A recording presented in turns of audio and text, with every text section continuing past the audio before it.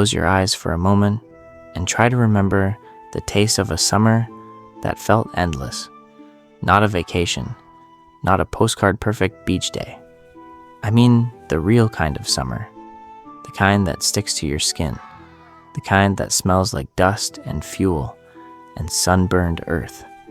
A Saturday afternoon on a Canadian farm where time moved slowly and every hour felt like it mattered.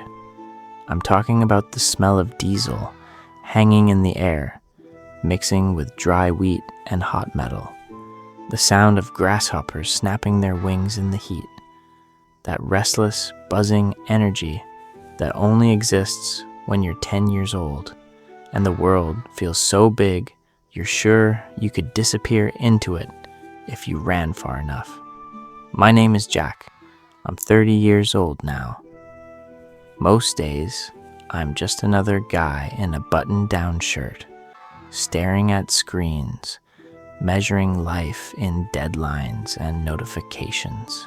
But there's a place inside me where the sun never sets, a place soaked in golden light, where my hands are always dirty and my worries are small and simple.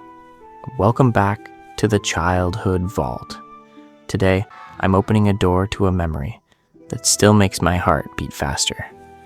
A memory built from sweat, grit, and the kind of friendship you only get when you grow up together under an open sky.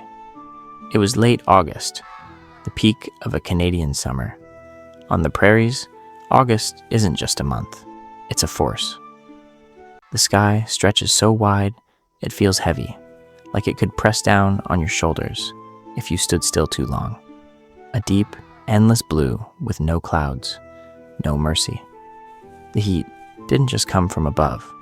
It rose from the ground itself, shimmering off cracked earth and golden wheat that stood tall and unmoving like an army guarding the land.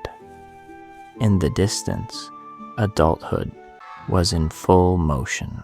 I could see my dad and the neighboring farmers working nonstop, their bodies dark silhouettes against the glowing fields.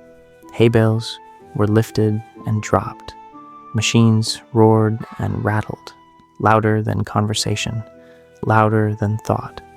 For them, this was pressure, a race against weather and time, a season where mistakes cost real money.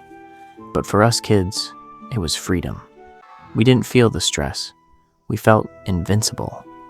There were 6 or 7 of us that day, a scrappy pack of boys who had spent the entire summer slowly transforming into dirt-covered creatures, knees permanently scraped, shirts permanently stained.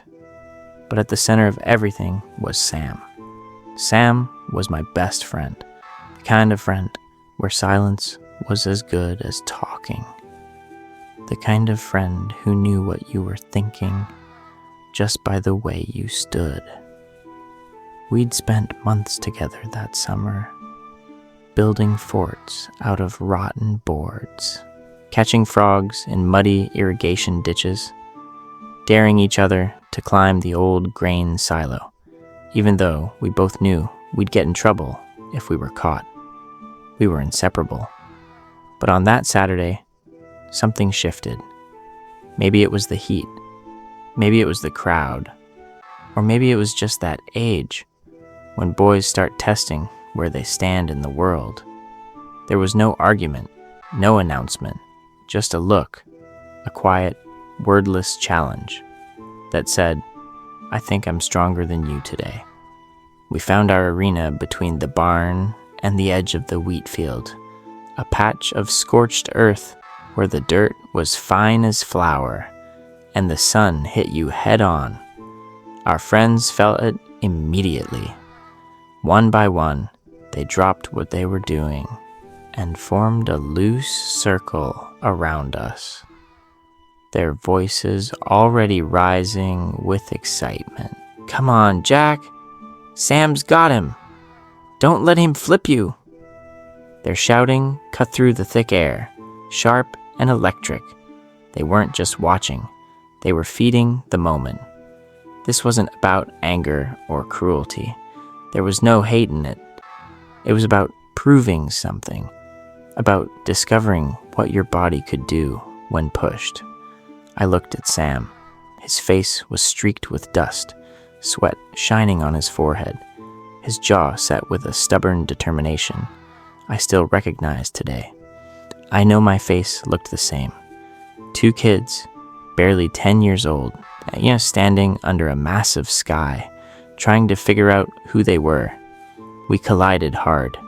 No technique, no rules, just pushing and grabbing and holding on. I remember the scratch of his shirt against my cheek, the dry smell of dirt filling my nose as we fell. The ground was hot. The dust clung to everything. We rolled and scrambled, legs kicking, hands searching for leverage, each of us refusing to give in. Every time I thought I had him pinned, he twisted away. Every time he thought he had me, I found just enough strength to break free. Our muscles burned. Our breathing turned ragged. The crowd roared louder with every shift and stumble. For a second, I remember noticing something far away. The orange shape of a tractor moving slowly across the field. My dad was out there, doing the same work his father had done before him. He must have seen us. The dust cloud, the shouting circle of boys. But he didn't stop. He didn't come running. He understood. Out there, under that endless sky, this was part of growing up. My lungs were on fire. My knees stung where the dirt had scraped them raw. Sweat dripped into my eyes, blurring the world. And yet, I felt alive in a way that's hard to describe. There's a freedom that only exists when you're a kid. When your body is tired, but your spirit feels limitless. When the world hasn't taught you fear yet. Eventually, the sun won. Not one of us tapped out. We stopped because we couldn't move anymore.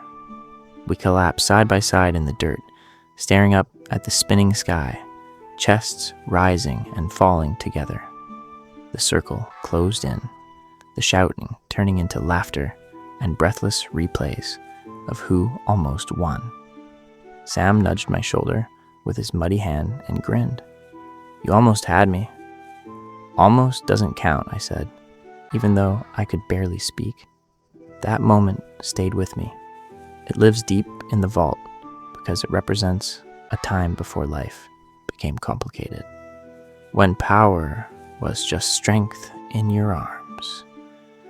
When success was laughter and shared exhaustion.